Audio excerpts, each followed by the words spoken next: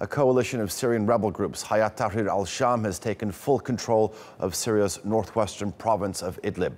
Now, according to the Syrian Observatory for Human Rights, the group consolidated their grip after fighters from a rival group, Ahrar al Sham, completely withdrew from the city. The withdrawal came after a ceasefire deal was reached between the two groups, ending a week of fierce fighting. Well, for more on this, TRT World's editor-at-large, Ahmed Burai, joins me now in the studio. Ahmed, thank you very much for coming on. Now, when you look at the rebel composition in northern Syria, it's extremely complicated. If you could just break this down for us, what's happening in Idlib province? Who's who?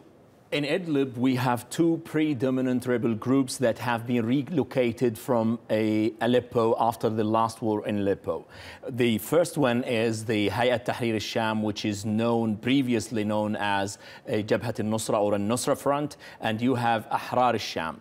Now, these two groups, by the way, the head of the Hayat Tahrir al Sham used to be the head of Ahrar al Sham. So these two jihadist groups, they're fighting each other now because mainly they're trying Hayat Tahrir al Sham. From the one hand, they believe that the talk, the whole political process doesn't make any sense. We need to go on with our jihad against the Russians and their proxies, the Iranians and the regime on the ground. While Ahrar al Sham believes that it's good to go for the Geneva process, the talks, and that's the way we should end this conflict. That's why you can find these kind of clashes between both groups.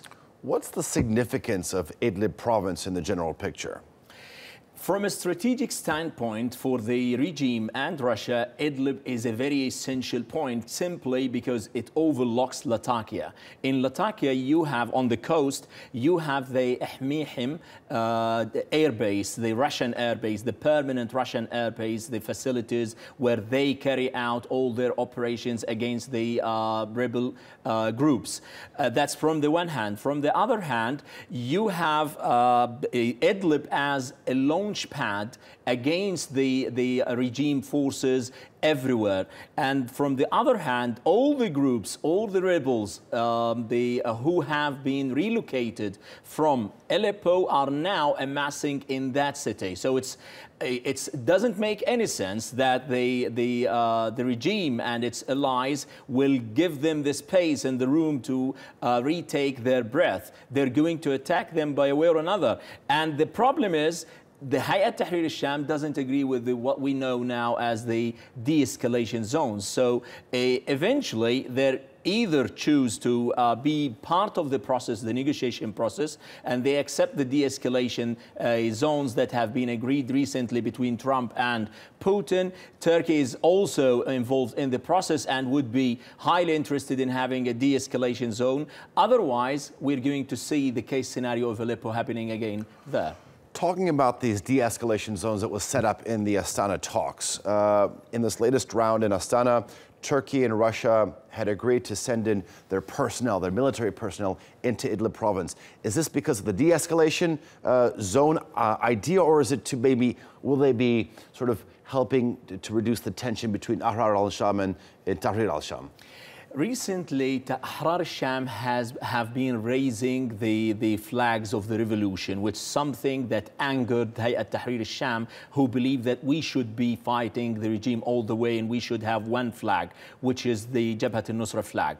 So the rebels in Ahrar al Sham, they believe that let's have some more talks. So if we go closer to Turkey, if we go closer to the peace talks, we could find a way out, while the other group believes no way, we should go in this. So what's happening, there is a kind of agreement between the Russians and the Turks when it comes to these groups. Maybe Turkey is going to use its leverage to, that's why you have the withdrawal from Ahrar al Sham now. But the problem, does Turkey have the leverage to practice more pressure on Hayat Tahrir al Sham? I doubt this. That's why we could find eventually that the troops, there are reports speaking about Turkish troops in Kilis, opposite to I'zaz, and along with Afrin.